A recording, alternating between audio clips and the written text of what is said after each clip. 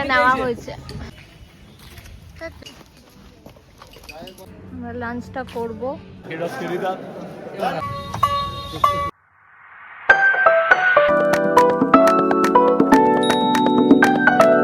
Hi everyone, তো welcome to my blog. আজকে পুরো ব্লগটা অন্যরকম হবে। আজকে আমরা এসেছি বোলপুর শান্তিনিকেতনে সব বন্ধুরা মিলে।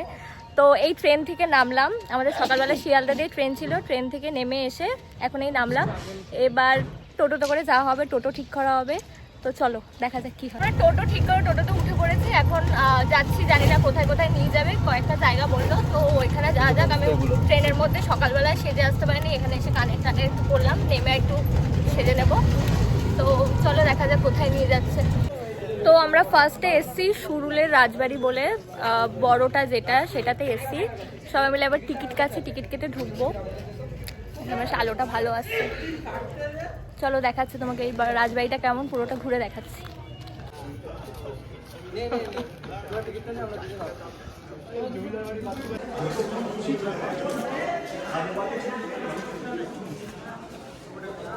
ভিতরে ঢুকে এসছি, তো এখানে সেরকম একটা ভিড় নেই, ভিড়টা কমই আছে। যেরকম অন্য শনি, আমি শুনেছি শনি আর রোববার শান্তিনিকেতনে ভিড় হয়, তো আজকে শুক্রবার, তো সেরকম একটা ভিড় নেই বেশ, কিন্তু গরম আছে, রোদ আছে, খুব একটা ঠান্ডাও নেই।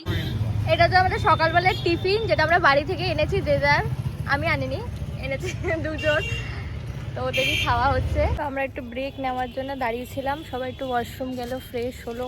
অ্যাকচুয়ালি শিয়ালদা থেকে এখানে আসতে প্রায় 2 ঘন্টা মতন লাগে, তো অনেকটাই জার্নি। তো এইবার এসছি শিল্পগ্রামে, টোটোতে করে আমরা খাওয়া দাওয়া করলাম, খাওয়া দাওয়া করার পর শিল্পগ্রামে এসে এটা পুরো ঘুরে দেখবো।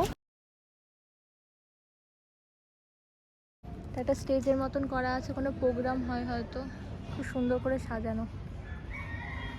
এটার ভিতরটা খুবই সুন্দর, অনেক জিনিস আছে আর অনেকটা বড়, ঘুরে দেখতে হলে অনেকটা বড়, অনেক জিনিস আছে নানা রাস্তা। আর এটার রাস্তাগুলো হচ্ছে মাটির রাস্তা।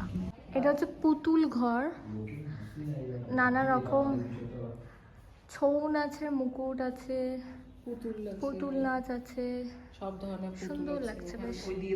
পুতুল, হ্যাঁ মুখোশ আছে, এই যে উপর দিকে মুখোশ আছে নানা রকম, দুর্গা ঠাকুর। এই যে ফুল গাছটার এখানে প্রচুর ফটো তুললাম, দারুণ ফটো এসছে, আর এত ভরা কাগজ ফুলের বগেনভিলিয়াতে, দারুণ লাগছিল। চারিদিকটা খুব সুন্দর, নানা রকম আলাদা আলাদা পার্টে বাড়ি আছে।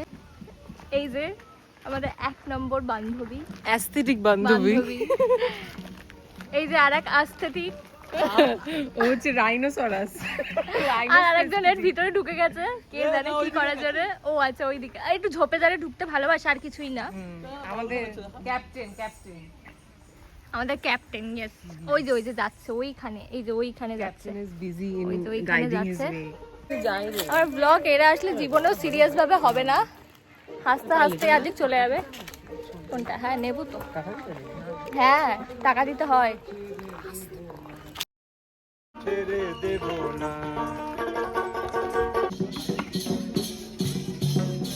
নাচ হচ্ছে, আর এখানে পরপর হাট বসেছে সোনাঝুরির মতনই সুন্দর। এই যে শাড়ি রয়েছে, পাঞ্জাবি রয়েছে, পরপর জিনিসপত্র রয়েছে, ব্যাগ রয়েছে, সুন্দর শাড়ি রয়েছে, শান্তিনিকেতনের শাড়ি। প্রচুর কানের হাতের জিনিসপত্র রয়েছে, হেয়ার ব্যান্ড রয়েছে, চুড়ি রয়েছে, নানা রকম দামের রয়েছে। এখানে গলার মালা রয়েছে, নানা রকম গলার সেট।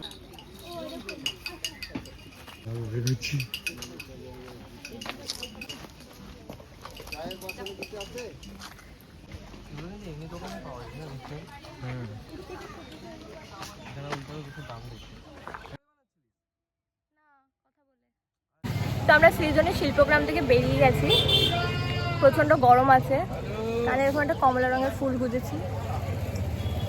প্রচুর ফুল আছে, নানা রকম কালারের ফুল আছে, তো ভেবেছি যে কটা যেখানে দেখবো একটা একটা কালার করে গুঁজবো।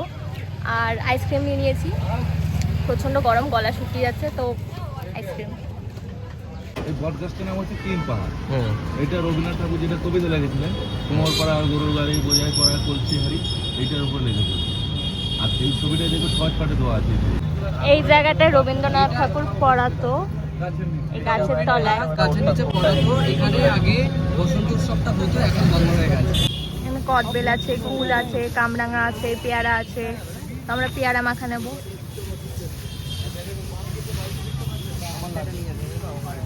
এখানে সুন্দর সুন্দর মাটির জিনিস আছে, পোড়া মাটির জিনিস, একতারা।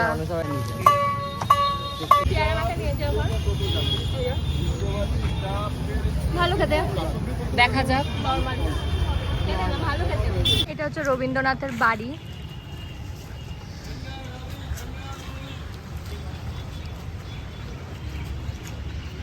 কেমন খেতে রাবড়িটা? খাই খেতে দে। আচ্ছা। ইয়াম। না সিরিয়াসলি ভালো, খুবই ভালো ভালো। খেতে। এখানে একটা Must রাবড়ি try. নেওয়া হয়েছে আর একটা দই নেওয়া হয়েছে। আর এইটা হচ্ছে চোর। এটা হচ্ছে ওকে আমাদের দেখা চোর। যাচ্ছে না। উপাসনা হলে প্রতি বুধ আর বৃহস্পতিবার দিন সকালবেলায় হলুদ আর শাড়ি, হলুদ রঙের পাঞ্জাবি আর হলুদ রঙের শাড়ি পরে এখানে প্রার্থনা করা হয়। এখানটা ইন্সপায়ার হয়ে লিখেছিল রবীন্দ্রনাথ ঠাকুর এক পায়ে দাঁড়িয়ে সব গাছ ছাড়িয়ে। এটা থেকে ইন্সপায়ার হয়ে এটা লেখা হয়েছিল। এটা হচ্ছে তালুধ্বজ। পার্সোনাল গাইডার একটু গাইড করে দিচ্ছে, বলে দিচ্ছে সাইড দিয়ে। পেয়ারা মাখা খেয়েছি তো খুব ঝাল ছিল। পেয়ারা মাখাটা ভালো ছিল, কিন্তু একটু গ্রিন চাটনি দিয়ে দেওয়া ছিল বলে। হ্যালো, দাদা আমাদের খুলে খুলে সব দেখাচ্ছে। ঠিক আছে, আমি সাদার মধ্যে ওগুলো 150-র মধ্যে, আর এখানে সবগুলো 350। এই কাঁথা স্টিচের কুর্তির উপরে বেশ সুন্দর সুন্দর অনেক কটা নেওয়া হয়েছে। এটা একটা দেখা হচ্ছে, এটা একটা দেখা হচ্ছে, আর এইটা নেওয়া হয়েছে। এটা একটা নেওয়া হয়েছে। এখানে কুর্তিগুলো দেখো কি সুন্দর প্রিন্টের কাজ করা, নানা রকম আঁকা ঝোঁকা আছে।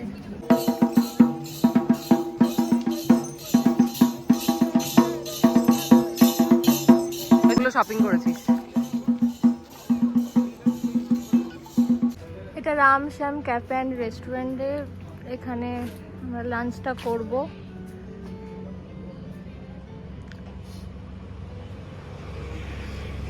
সুন্দর বেশ, নানা রকম ফুল দিয়ে সাজানো। চলো ভিতরে ঢোকা যাক।